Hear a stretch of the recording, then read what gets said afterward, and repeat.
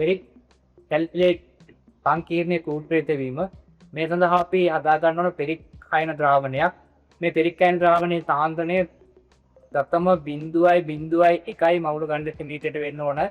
ඒ සඳහා අපි පෙරික් ammonium sulphate වලින් ගෑන් 12ක් තිරලාගෙන ඒක සාන්ද්‍ර සල්ෆූරික් අම්ලයේ ඝන සෙන්ටිමීටර 150ක දිය කළා. ඒක 250 දක්වා තනු කරපුවා අපිට හැදීම 0.1 මවුල ඝන සෙන්ටිමීටරයට වෙන ද්‍රාවණයක්. ඒ ද්‍රාවණයෙන් ඝන සෙන්ටිමීටර 25ක් අරගෙන 250 දක්වා තනු කරනවා. එතකොට අපිට ලැබෙනවා 0.1 මවුල් ඝන සෙන්ටිමීටර් වෙන පෙරික් යන ද්‍රාවණයක්. ඒකෙන් ඝන සෙන්ටිමීටර 25ක් තරම් 250 දක්වා තස් කරනවා. තනු කළා අපි හදා ගන්නවා 0.01 සාන්ද්‍රණය කියන පෙරික් අයන ද්‍රාවණය. ඊළඟට අපි හදා ගන්නවා සැලිසිලික් අම්ල ද්‍රාවණයක්. සැලිසිලික් අම්ලය ජලයේදී වෙන්නේ නැහැ. ඒ සඳහා සැලිසිලික් අම්ලය ග්‍රෑම් 3.45ක් ඉරලා අරගෙන ඒක මෙතනෝල් ඝන සෙන්ටිමීටර 50ක දිය කළා ජලයේ යොදලා 250 දක්වා සල්ෆ් කරනවා. එතකොට අපිට ලැබෙන්නේ 0.01 මවුල ඝන සෙන්ටිමීටරයෙන් සැලිසිලික් අම්ල ද්‍රාවණයක්.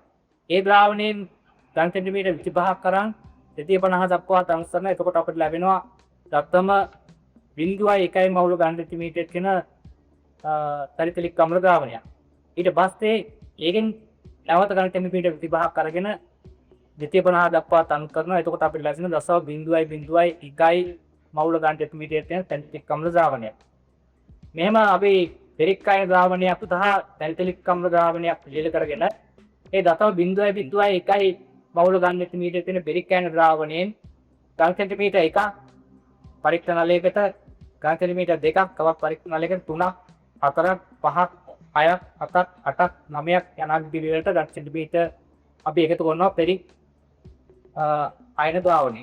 එකතු කරලා සුළු පරිමාව සමාන වෙන්න ඕන නිසා ජලයක කොන්න පළවෙනි එකට ඝන සෙන්ටිමීටර 9ක්, දෙවෙනි එකට 8ක්, 7ක්, 6ක්, 5ක්, 4ක්, 3ක්, 2ක්, 1ක් යන ආදී පිළිවෙල.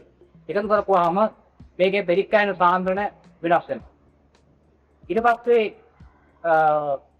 සැලිසිලික් අම්ල ද්‍රාවණයෙන් ඝන සෙන්ටිමීටර 5 බැගින් මේ හැම නලයකටම අපි එකතු කරනවා.